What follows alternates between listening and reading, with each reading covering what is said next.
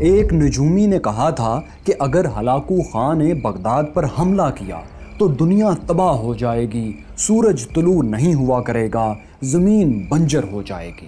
اور تو اور اس نے یہاں تک پیش گوئی کی کہ اگر ہلاکو خان نے بغداد پر حملہ کیا تو وہ خود بھی 1 سال کے اندر اندر مارا جائے گا۔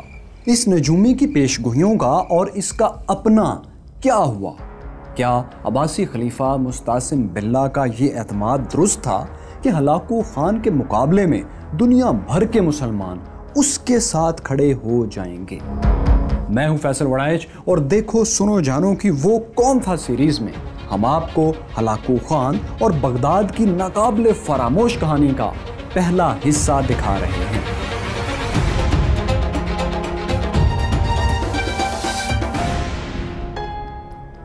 منگول زبان میں ہلاکو خان کا مطلب ہے حد سے بڑھا ہوا، اور دیکھیے کہ ہلاکو خان نے ساری زندگی اس مطلب کی لاج رکھی۔ اس نے جو ظلم کیا، بے پناہ کیا۔ وہ محض 9 سال کا تھا جب اس نے پہلا شکار کیا۔ یہ ایک جنگلی بکری تھی جو اس نے اپنے بڑے بھائی قبلائی خان کے ساتھ مل کر شکار کی تھی۔ پھر وہاں کی رسم کے مطابق اس کے دادا چنگیز خان نے اپنے ہاتھوں سے ہلاکو خان کی انگلی زخمی کر کے اس کا خون شکار کے خون میں ٹپکایا تھا۔ یہ اس بات کا اعلان تھا کہ اب ہلاکو خان نے شکار کی دنیا میں قدم رکھ دیا ہے۔ چنگیز خان کی موت کے بعد ہلاکو خان کی زندگی گمنامی میں گزر رہی تھی، لیکن جب اس کا سب سے بڑا بھائی مونکے خان منگولوں کا خاقان بنا تو اس کا ستارہ بھی چمکنے لگا۔ مونکے خان نے پورے چین کو فتح کرنے کے لیے اپنے ایک بھائی قبلائی خان کو منتخب کیا، جبکہ اسلامی دنیا کو اپنی سلطنت کا حصہ بنانے کے لیے اس کی نظر انتخاب اپنے دوسرے بھائی ہلاکو خان پر پڑی۔ اس مقصد کے لیے مونکے خان نے ہلاکو خان کو ایران کا گورنر بنایا اور اسے مصر تک پھیلے اسلامی ممالک کو زیر و زبر کرنے کا حکم دیا۔ ہلاکو خان نے خوشی خوشی یہ ذمہ داری قبول کر لی۔ 19 اکتوبر 1253 کو ہلاکو خان 1.5 لاکھ کا لشکر لے کر منگول سلطنت کے دارالحکومت قراقرم سے روانہ ہوا۔ لشکر کی روانگی سے کچھ پہلے مونکے خان نے ہلاکو خان کو ایک اور حکم دیا۔ اس نے کہا، آمو دریا کے کناروں سے مصر کی سرزمین تک چنگیز خان کا نظام قائم کر دو۔ جو کوئی تمہارے سامنے جھک جائے اس سے مہربانی اور خوش دلی سے پیش آنا، لیکن جو تمہارا مقابلہ کرنے کی جرت کرے اسے ذلت کے پاتال میں پھینک دینا۔ ہلاکو خان نے بھائی کے حکم پر سر تسلیم خم کیا اور پھر اپنے لشکر کے ساتھ ایران کو تاخت و تاراج کرنے کے لیے چل پڑا۔ یہ منگول لشکر قراقرم سے سمرقند اور پھر نیشا پور کے راستے سے ہوتا ہوا 3 برس میں ایرانی صوبے قزوین پہنچ گیا۔ یہاں اس کا پہلا ٹارگٹ تھا، یعنی ہلاکو خان نے باطنی فرقے کی ملٹری بیس پر حملہ کرنا تھا جس کا ہیڈ کوارٹر الموت کا قلعہ تھا۔ یہ لوگ باکمال اور سفاک قاتل تھے۔ انہیں تاریخ میں حشیشنز یا اسیسنز کے نام سے یاد کیا جاتا ہے۔ الموت کا قلعہ، جیسا کہ آپ دیکھ رہے ہیں، البرز کے دشوار گزار پہاڑی سلسلے میں واقع تھا اور اس کے ارد گرد بھی بہت سے چھوٹے بڑے قلعوں کا ایک جال بچھا ہوا تھا۔ پہاڑی علاقہ ہونے کی وجہ سے ان قلعوں کا محاصرہ ایک مشکل کام تھا، لیکن ہلاکو خان نے 1256 میں ان قلعوں کا مشکل محاصرہ بہت اچھے طریقے سے کیا۔ اسے معلوم ہو گیا تھا کہ اسیسنز کا گرینڈ ماسٹر رکن الدین خورشاہ الموت کے قریب ایک اور قلعے میامن دیز میں چھپا ہوا ہے۔ ہلاکو خان نے اس قلعے پر بھرپور حملہ کیا اور 15 روز میں قلعہ فتح کر کے گرینڈ ماسٹر رکن الدین کو گرفتار کر لیا۔ گرینڈ ماسٹر کے پکڑے جانے کے بعد اب باقی قلعوں کو فتح کرنا آسان ہو گیا تھا۔ ہلاکو خان نے رکن الدین سے زبردستی ہتھیار ڈلوانے کا حکم لکھوایا اور اسیسنز کے تمام قلعوں میں بھیج دیا۔ گرینڈ ماسٹر رکن الدین کا پیغام دیکھتے ہی زیادہ تر قلعوں نے ہتھیار پھینک دیے۔ منگول فوج ان قلعوں میں داخل ہوئی اور مقامی آبادی کو گرفتار کر کے حفاظتی دیواریں گرا دیں، لیکن الموت کا قلعہ جو کہ اسیسنز کا ہیڈ کوارٹر تھا، اس کے محافظوں نے ہتھیار ڈالنے سے انکار کر دیا۔ ہلاکو خان نے اس قلعے کا محاصرہ کر لیا، لیکن جب سخت محاصرے کے باوجود بھی قلعے کو فتح نہ کیا جا سکا تو اس نے مجبوراً محافظوں کو ایک پیشکش کی۔ اس نے کہا اگر وہ بیوی بچوں اور سامان سمیت قلعہ چھوڑنے پر تیار ہو جائیں تو ان کی جان بخشی کر دی جائے گی۔ یہ پیشکش محافظوں نے قبول کر لی اور وہ جان بچا کر نکل گئے۔ وہ تو نکل گئے، لیکن جب قلعہ خالی ہو گیا اور منگولوں کے قبضے میں آ گیا تو ہلاکو خان نے خون ریزی شروع کر دی۔ اس نے دوسرے قلعوں سے گرفتار کیے گئے افراد کو قتل کرنا شروع کر دیا اور یہ تعداد 1,00,000 کے قریب بنتی ہے۔ قلعہ الموت کی تلاشی کے دوران ہی وہاں سے مشہور زمانہ ماہر فلکیات نصیر الدین توسی کو بھی برآمد کیا گیا جو اسیسنز کی قید میں تھا۔ ہلاکو خان نے توسی کو اپنے پاس ملازم رکھ لیا۔ منگولوں نے قلعہ الموت میں موجود ان گنت کتابیں جلا دی، لیکن ہلاکو خان کے ایک ملازم تاریخ دان عطا ملک جوینی کے مشورے پر کئی قیمتی کتابیں بچا بھی لی گئی تھیں۔ گرینڈ ماسٹر رکن الدین کو منگول دارالحکومت قراقرم بھیج دیا گیا، جس کے بعد وہ کسی جگہ پر نامعلوم حالات میں قتل ہو گیا۔ الموت کی فتح کے ساتھ ہی اسیسنز کی مزاحمت دم توڑ گئی۔ ہلاکو خان کا پہلا مشن بھی مکمل ہو گیا۔ وہ الموت کے قلعے سے نکل کر ایرانی شہر ہمدان چلا گیا اور اسے اپنی بیس بنا لیا۔ اب اس کے سامنے تھا اس کا اگلا ٹارگٹ، عباسی خلافت کا دارالحکومت، مسلمانوں کا عظیم شہر بغداد۔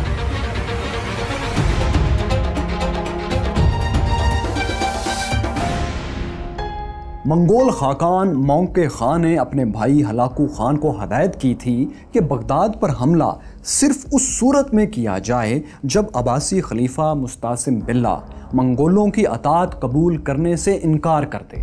لیکن منگول سلطنت میں بہت سے ایسے لوگ تھے جو بغداد کی تباہی چاہتے تھے۔ ان لوگوں میں عیسائی پیش تھے۔ یہ لوگ منگولوں کی مدد سے ایک بار پھر مشرق وسطیٰ یعنی مڈل ایسٹ میں مسلمانوں کے مقابلے میں طاقت حاصل کرنا چاہتے تھے۔ عیسائیوں کے منگولوں پر اثر و رسوخ کی ایک اور بڑی وجہ یہ بھی تھی کہ ہلاکو خان کی ماں اور بیوی ڈوکنز خاتون دونوں عیسائی تھیں۔ ہلاکو خان کی بیوی تو مسلمانوں کو سخت ناپسند کرتی تھی اور ان کے خلاف عیسائیوں کا ساتھ دیتی تھی۔ حتیٰ کہ عیسائیوں نے دونوں میاں بیوی کے ایسے سکیچز بھی تیار کر رکھے تھے جن میں انہیں صلیب پکڑے ہوئے دکھایا گیا تھا۔ منگول فوج کے بہت سے سپاہی بھی عیسائیت قبول کر چکے تھے۔ اس کے علاوہ جارجیا اور آرمینیا کی عیسائی ریاستیں بھی ہلاکو خان کی مدد کے لیے فوج بھیج چکی تھیں۔ آرمینیائی عیسائیوں نے موجودہ ترکی کے علاقے سلیشیا میں بھی ایک چھوٹی سی سلطنت قائم کر رکھی تھی جسے لٹل آرمینیا بھی کہا جاتا تھا۔ اس سلطنت کا بادشاہ ہیتھوم خود منگولوں کے دربار میں حاضر ہو کر ان کی بالادستی قبول کر چکا تھا، لیکن اصل میں وہ بھی منگولوں کی مدد سے ترکی اور شام کے علاقوں میں پھر سے عیسائیوں کی طاقتور حکومت قائم کرنے کا خواب دیکھ رہا تھا۔ ایسا بھی مشہور ہے کہ خاقان مونکے خان نے ہیتھوم سے وعدہ کیا تھا کہ وہ بغداد کو ضرور تباہ کرے گا، لیکن یہ بات زیادہ تر تاریخی ریکارڈ سے ثابت نہیں، اس لیے اسپیکولیشن لگتی ہے۔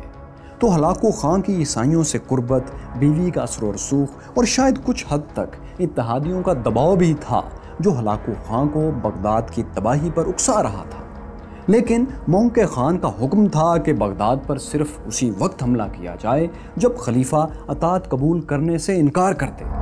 تو ہلاکو خان نے بڑے بھائی کے حکم کے مطابق ستمبر 1257 میں عباسی خلیفہ المستعصم باللہ کو ایک خط لکھا۔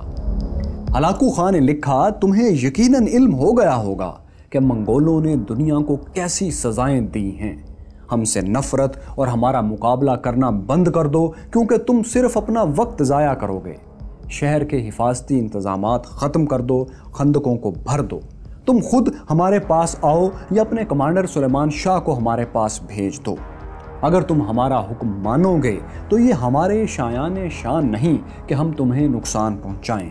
ہم تمہیں تمہاری سلطنت کا مالک رہنے دیں گے، لیکن اگر تم نے جنگ کا راستہ اپنایا تو ہم سے جنگ کے لیے تیار رہو گے۔ یاد رکھو اگر میں فوج لے کر بغداد پہنچ گیا تو تمہیں آسمان کی بلندیوں سے نیچے گرا دوں گا، میں ایک شیر کی طرح تمہیں پاتال میں پھینک دوں گا، میں تمہارے ملک میں کسی کو زندہ نہیں چھوڑوں گا، میں تمہارے شہر اور تمہاری سلطنت کو شعلوں میں بدل دوں گا۔ عباسی خلیفہ اس خط سے خوفزدہ تو کیا ہوتا، الٹا اس نے سخت ترین جواب دیا۔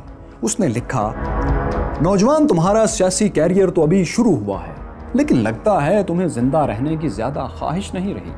تمہیں خوشیاں مناتے جمعہ 8 دن ہوئے ہیں اور تمہیں لگنے لگا ہے کہ تم ساری دنیا سے بڑے ہو گئے ہو۔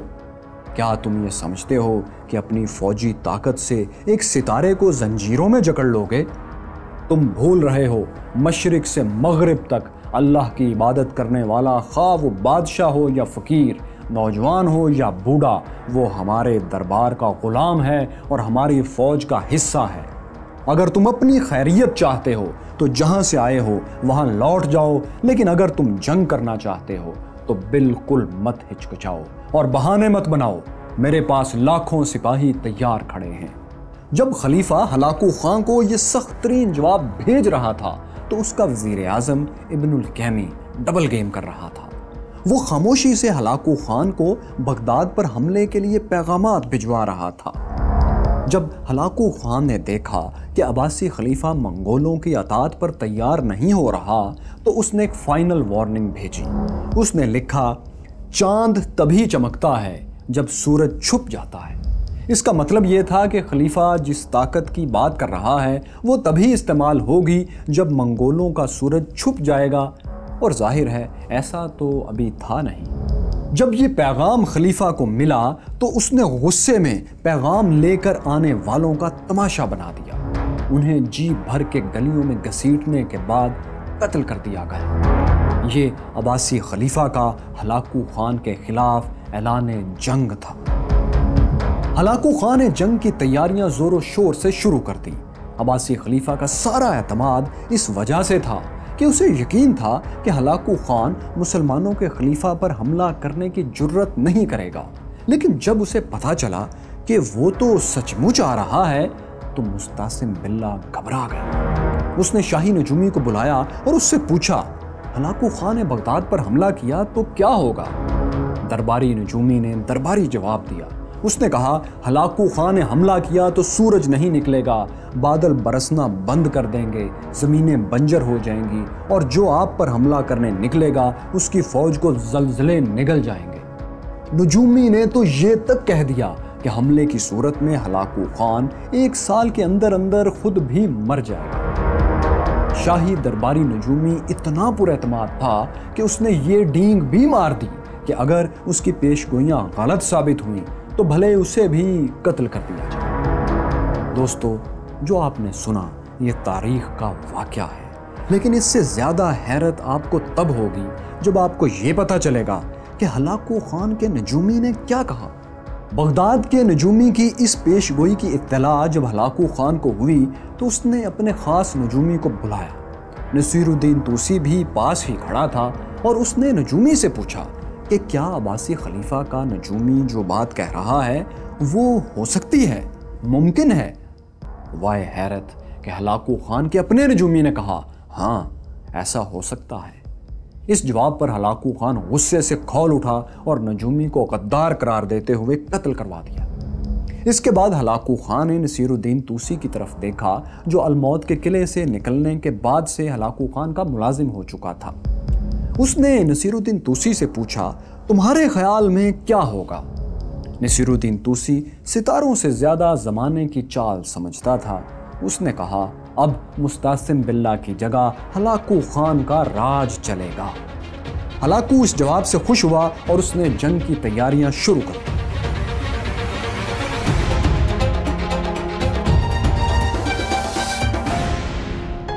جب بغداد میں خلیفہ کو علم ہوا کہ نجومیوں کی پیش گوئیوں نے ہلاکو خان پر کچھ اثر نہیں کیا تو منگول لشکر کی ہولناکیاں اس کے حواس پر سوار ہو گئیں۔ اس نے بلند بانگ دعووں والے خطوں کے بجائے ہلاکو خان کی منتیں شروع کر دیں۔ اس نے ہلاکو خان کو پیغام بھیجا کہ تم جتنا سونا چاہو مجھ سے لے لو مگر